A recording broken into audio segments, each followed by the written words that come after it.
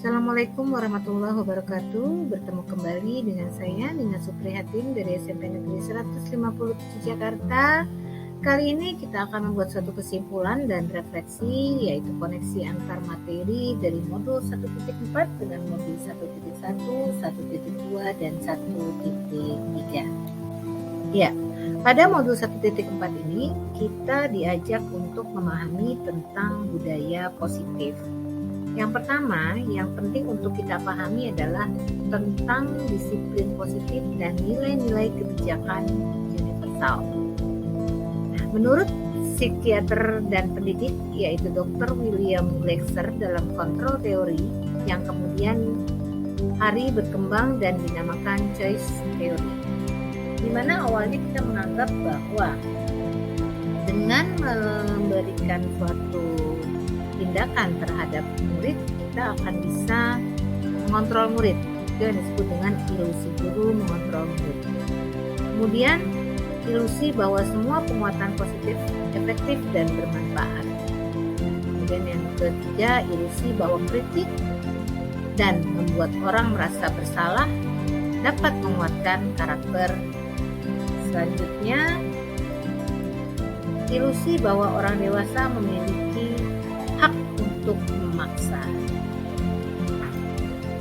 Ya, baik, di sini kita akan melihat perbedaan antara teori stimulus respon dengan teori kontrol, di mana menurut Stephen R. Cohen bahwa bagaimana seseorang bisa berubah dari paradigma stimulus respon menjadi ke pendekatan teori kontrol. Baik, di sini ada dua tabel di sisi kiri dan kanan yang berbeda, di mana pada stimulus respon kita cenderung mengatakan bahwa realitas atau kebutuhan kita itu sama, tetapi dalam teori kontrol di mana dikatakan bahwa realistis atau kebutuhan kita itu berbeda ternyata. Nah, kemudian dalam stimulus respon berpikir bahwa semua orang melihat hal yang sama, tetapi pada teori kontrol setiap orang memiliki gambaran yang berbeda. Nah, kemudian yang ketiga, kita mencoba mengubah orang agar berpandangan sama dengan kita. Nah, ini pada teori stimulus respon. Sementara pada teori kontrol, kita berusaha memahami pandangan orang lain tentang dunia. Jadi artinya bahwa kita akan menyikapi sebuah perbedaan gitu ya. Kemudian pada stimulus respon juga yang keempat, perilaku buruk dilihat sebagai suatu kesalahan atau kelakuan buruk pastinya ya. Kemudian pada teori kontrol, semua perlakuan memiliki tujuan. Artinya tidak ada yang buruk dalam setiap yang dilakukan, tetapi dalam setiap hal yang dilakukan itu pasti ada tujuannya. Kemudian pada teori stimulus respon, orang lain bisa mengontrol saya, sementara pada teori kontrol hanya Anda yang bisa mengontrol diri Anda sendiri. Ya. Kemudian pada stimulus respon, saya bisa mengontrol orang lain, sementara pada teori kontrol Anda tidak bisa mengontrol orang lain. Kemudian pada teori stimulus respon juga mengatakan bahwa pemaksaan ada pada saat bukan gagal. Jadi ada setengah dipaksa nih, apabila kita membujuk sudah gagal, pada teori stimulus respon. Sementara pada teori kontrol, kolaborasi dan konsekuensi menciptakan pilihan-pilihan baru. Kemudian, nah kalau pada stimulus respon di sini dikatakan bahwa model berpikir menang kalah, ya. Sementara pada teori kontrol, model berpikir menang. Nah, disinilah perbedaan antara stimulus respon dengan teori kontrol. Ya. Selanjutnya, makna kata disiplin menurut beberapa pakar atau beberapa ahli. Yang pertama, di mana ada kemerdekaan, disitulah harus ada disiplin yang kuat. Sungguh pun disiplin itu bersifat self-disiplin, yaitu kita sendiri yang mewajibkan kita dengan sekeras-kerasnya. Tetapi itu sama saja, sebab jikalau kita tidak cakap melakukan self-disiplin, wajiblah penguasa lain mendisiplinkan diri kita, dan peraturan demikian itulah harus ada di dalam suasana yang merdeka. Itu menurut Ki Hajar Dewantara dalam pemikiran konsepsi keteladanan atau sikap merdeka di cetakan kelima tahun 2003. 13 halaman 470. Nah, sementara ada pemikiran lain yaitu makna kata disiplin, di mana pemikiran Ki Hajar Dewantara ini sejalan dengan pandangan Diana Gosen dalam bukunya Restructuring School Discipline yaitu tahun 2001, di mana Diana menyatakan bahwa arti dari kata disiplin berasal dari bahasa Latin yaitu disciplina yang artinya belajar. Kata disiplin juga berasal dari akar kata yang sama dengan disiplin atau murid atau pengikut. Untuk menjadi seorang murid atau pengikut, seseorang harus paham betul alasan mengapa mereka mengikuti suatu aliran atau ajaran tertentu, sehingga motivasi yang terbangun adalah motivasi intrinsik bukan ekstrinsik. Nah, ini makna kata disiplin dari beberapa ahli pendidikan, di mana kita hari ini sedang menggaung-gaungkan kata disiplin di dalam proses pendidikan. Baik, untuk nilai kebijakan yang ingin dicapai dalam pendidikan Indonesia saat ini sesuai dengan standar kompetensi lulusan kita, yaitu adalah nilai kebajikan profil pelajar Pancasila, di mana kebajikan yang ingin kita capai yang pertama adalah beriman dan bertakwa kepada Tuhan Yang Maha Esa dan berakhlak mulia, kemudian mandiri, bernalar kritis, berkebinekaan global, bergotong royong, dan kreatif. Nah, pada profil pelajar Pancasila inilah harapannya pelajar di Indonesia mampu untuk mencapai nilai-nilai kebajikan yang tertera dalam profil pelajar Pancasila ini. Ya. Dalam teori motivasi, menurut Diana Gosen dalam bukunya Restructuring School Discipline, di mana Diana menyatakan ada 3 motivasi perilaku manusia dalam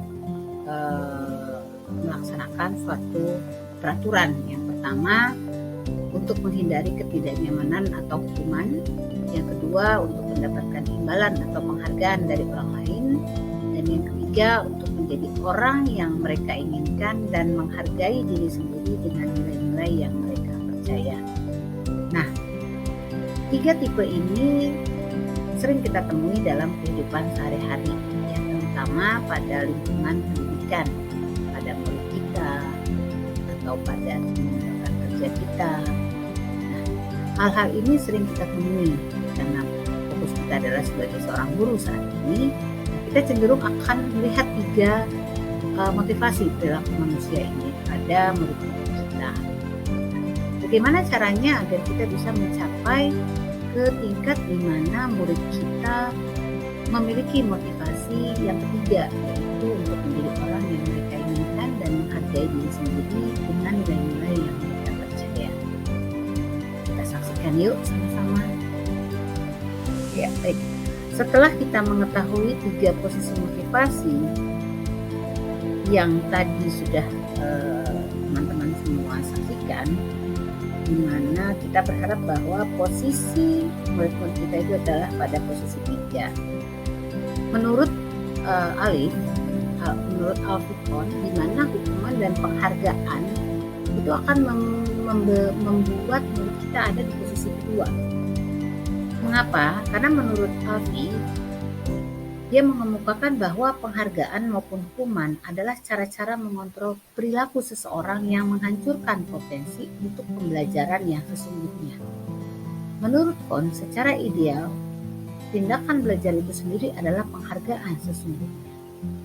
Jadi, posisi antara kita menghukum dengan memberikan penghargaan itu adalah posisi yang sama. Posisi di mana jika kita mau memberikan hukuman, kita akan membuat mental seseorang atau seorang murid down. Nah, pada posisi memberikan penghargaan pun, menurut Alfi, guru sudah melakukan tindakan yang kurang tepat. Mengapa hal itu terjadi? Karena ternyata ada hal-hal yang tidak kita pahami selama ini, bahwa apabila penghargaan itu tidak kita berikan, bisa jadi anak kita motivasinya akan turun. Karena di sini menurut Alfi, bahwa motivasi berupa penghargaan itu adalah motivasi ekstrinsik, motivasi yang belum berasal dari diri sendiri.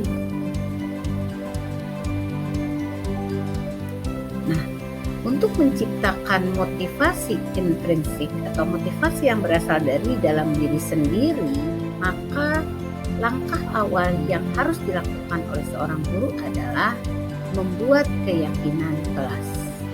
Mengapa tidak peraturan kelas saja? Di sini dikatakan bahwa nilai-nilai kebajikan menekankan pada keyakinan seseorang akan lebih memotivasi seseorang dari dalam. Seseorang akan lebih tergerak dan bersemangat untuk menjalankan keyakinannya daripada hanya sekedar mengikuti serangkaian peraturan tertulis tanpa makna. Murid-murid pun demikian. Mereka perlu mendengarkan dan memahami arti sesungguhnya tentang peraturan-peraturan yang diberikan. Apa nilai-nilai kebajikan di balik peraturan tersebut? Apa tujuan utamanya? Dan menjadi tidak tertarik atau takut sehingga hanya sekedar mengikuti serangkaian peraturan-peraturan yang mengatur mereka tanpa memahami tujuan mulianya. Jadi artinya bahwa dalam menyusun keyakinan kelas, kita harus melibatkan murid untuk memahami keyakinan kelas ini, sehingga pada saat mereka melakukan hal-hal di luar keyakinan yang sudah mereka sepakati ini, mereka akan paham bahwa mereka itu sudah melanggar atau sudah melakukan suatu kesalahan. Nah, ada 5 posisi kontrol guru dalam kelas. Yang pertama adalah sebagai penghukum, yang kedua sebagai pembuat rasa bersalah, yang ketiga sebagai teman, yang keempat sebagai pemantau, dan yang kelima sebagai ajar. Nah, 5 posisi ini sering sekali kita lakukan. Mungkin teman-teman semuanya pernah melakukan ini. Bahkan saya sendiri pernah melakukan, baik itu posisi 1, posisi 2, 3, 4, bahkan sampai 5. Tapi yang mana nih yang sering kita lakukan? Yuk kita cek sama-sama yang mana posisi kita yang sering kita lakukan. Ya, posisi yang pertama adalah sebagai posisi penghukum, di mana guru cenderung menerapkan posisi penghukum akan berkata, patuhi aturan saya atau awas. Kemudian kamu selalu saja salah. Jadi gaya bicaranya pun dengan nada tinggi, dengan body language semacam ngotot, dari menunjuk-nunjuk, atau bahkan sampai menghakimi. Inilah posisi penghukum. Sehingga hasil yang dicapai, kemungkinan murid marah dan menendam atau bersifat agresif. Bisa jadi sesudah kembali duduk, murid tersebut akan mencoret-coret bukunya atau meja tulisnya. Ya, kalau istilahnya mungkin dalam bahasa kita adalah berundel ya Bapak Ibu ya. Jadi bisa jadi seperti itu. Karena apa? Karena kita bertindak sebagai penghukum, di mana apa yang mereka lakukan itu salah tanpa bertanya penyebabnya apa, kenapa dia melakukan ini. Kita langsung menjudge ya, langsung menghakimi. Seperti kita di sini seperti hakim, langsung memberikan satu hukuman tanpa mengetahui penyebabnya. Nah, ini posisi yang pertama. Ya, posisi yang kedua yaitu posisi pembuat rasa bersalah. Pada posisi ini biasanya guru akan bersuara lebih lembut ya. Pembuat rasa bersalah akan menggunakan keheningan yang membuat orang lain merasa tidak nyaman, bersalah atau rendah diri. Kata-kata yang keluar dengan lembut akan seperti ini. Ibu sangat kecewa sekali dengan kamu. Berapa kali Bapak harus memberitahu kamu ya? Nah, biasanya cenderung guru menggunakan nada suara memelas, halus, sedih, bahasa tubuh yang merapat pada anak, dan terlihat lesu. Tapi ternyata sikap yang kedua ini, atau sikap membuat rasa bersalah ini, hasil yang akan kita capai pada murid adalah di mana murid akan merasa bersalah.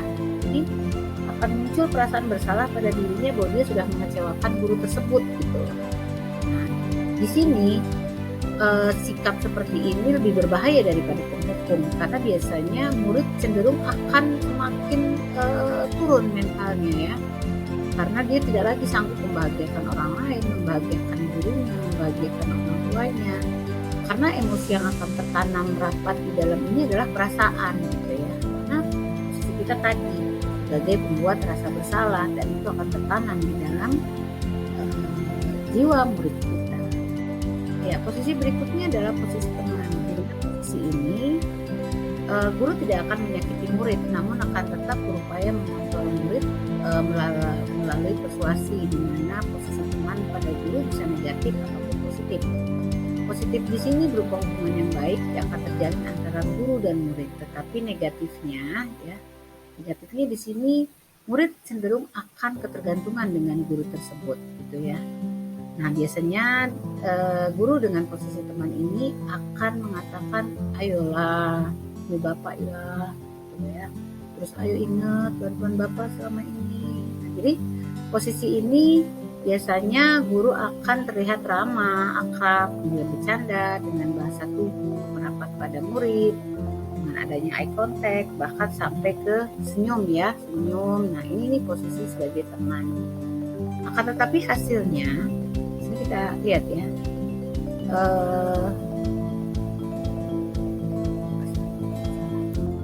posisi berikutnya adalah posisi teman. Di posisi ini guru tidak akan menyakiti murid, namun akan tetap berupaya mengontrol murid melalui persuasi, di mana posisi teman pada guru bisa negatif ataupun positif. Positif di sini